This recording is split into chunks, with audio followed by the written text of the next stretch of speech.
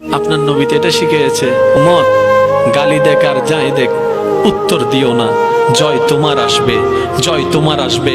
কারণ ধৈর্য যে ধরবে পরাজয় তার গলায় আসে না। কারণ ধৈর্য ধারণকারী পরাজিত হয় কিভাবে? কারণ ধৈর্য ধারণকারীর সাথে তো মহান রবেই আছে, ইন্নাল্লাহা মা'আস সাবিরিন। যার সাথে আল্লাহ হয়ে যায় তার আবার পরাজয় কি? আর একটু জোরে বলেন না। যার সাথে আল্লাহ হয়ে যায় তার আবার পরাজয় কি? আল্লাহ বলছেন ইন্নাল্লাহা, আয়াতটা সবাই জানে, একটু চলেন গভীরে যাওয়ার চেষ্টা করি। ইন্নাল্লাহা মা'আস সাবিরিন, নিশ্চয় আমি আল্লাহ ধৈর্য ধারণকারীর সাথে আছি।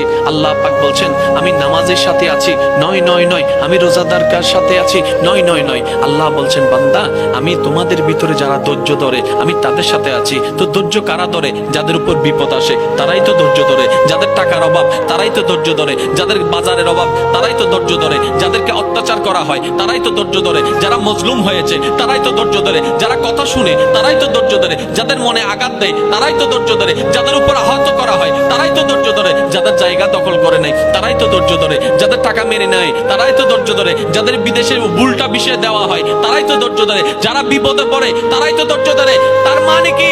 প্রত্যেকটা বিপদে থাকা বান্দা একটা সুযোগ চলে আসে, এটা বিপদ নয়, এটা নিয়ামত। কেমন? কারণ বিপদটা এসে আমাকে ধৈর্য ধারণ করার সুযোগটা দিল। তো নিয়ামত হলো কিভাবে? বলে যে ধৈর্যটা ধরতে পারলেই তো মওলার প্রিয় বান্দা হয়ে যেতে পারবো। সুবহানাল্লাহ।